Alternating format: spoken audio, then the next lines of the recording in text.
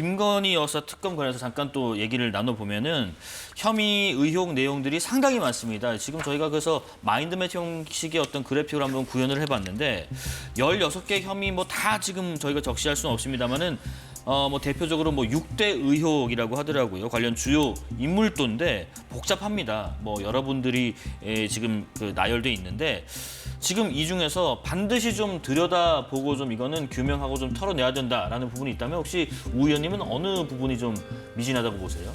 현재는 삼부토건 주가 조작 의혹이 아마 가장 심하지 않을까라고 생각합니다. 네. 최근에는 부회장님이 지금 해외 도피했다라는 의혹까지 있는 상황이잖아요. 이 부분은 비교적 지금까지 조사도 좀 덜 된 부분입니다. 그리고 실제로 도이치모터스 같은 경우에는 완전 사인일 때예요. 사실은 윤석열 대통령과 결혼도 하기 전에 어떤 뭐 주가 조작에 참여하지 않았나라고 하는 부분인데 네. 삼부토건 같은 경우는 이거는 대통령 영부인 시절이거든요. 대통령 영부인 시절에 이렇게 개입되지 않았나. 그럼 뭐 어떻게 영부인의 지위로 개입되어서 뭐 주가 조작에 어떻게 개입이 되어서 그게 어떤 누군가에게 이익으로까지 가지 않았나라는 의혹이기 때문에 네. 이 부분이 아마 가장 심각할 가능성이 높고 앞으로 수사도 많이 될 가능성이 높은 분야가 아닐까라고 생각을 합니다. 모 의원님은 좀 어느 부분을 주목하고 계시나요? 뭐 하나도 빼놓을 수 없긴 한데요. 네. 방금 오재준 의원님이 삼부토건을 이야기하셨으니까 그걸 제외하고 명태균 씨 관련된 내용을 저는 들여다봐야 된다고 명태균 생각합니다. 씨요, 네. 나머지 내용들은 뭐 당연히 이중적인 성격을 갖고 있습니다만 김건희라는 사람의 어떤 경제적인 이익, 부당한 경제적 이익을 위한 여러 가지 내용들이 많이 있어요. 다만 근데 명태균 씨 관련된 내용은 죄송스럽습니다만 국민의힘 관련된 어떤 정치권의 전반의 그 마수가 펼쳐져 있는 것 같습니다. 마수가 뻗쳐 있기 때문에 이 지점을 조금 더 들여다봐야 대한민국 정치권, 특히 국민의힘 입장에서도 좀 덜어낼 걸 덜어내고 갈 수 있는 하나의 모멘트가 있을 것 같습니다.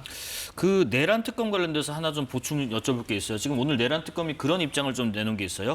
외환 수사를 하지 않으면 그것은 직무유기다. 그러니까 지금 일각에서 뭐 군사 기밀 작전을 자꾸 들추는 것, 그리고 또 군 관련 현역 장성들, 전현직 장성들을 불러서 들춰내는 것이 안보 저해다라고 주장하는 것. 이거는 편편하다라고 얘기하고 있는데 지금 우 의원님 의견은 어떠신지 궁금하네요.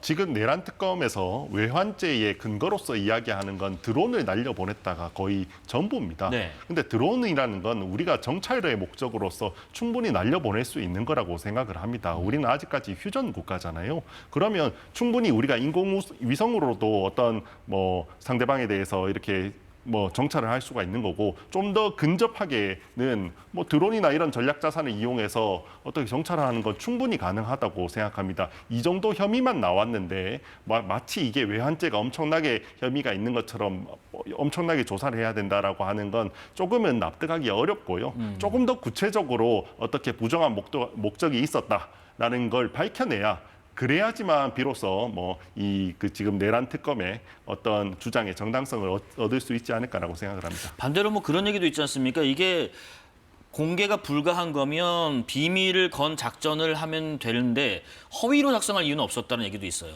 정확한 말씀이시죠. 그리고 방금 말씀하신 걸 좀 바로 잡아야 되는데요. 네. 드론을 우리가 MDL, 그러니까 군사분계선 이북 지역으로 날리는 것은 정전협정 위반입니다.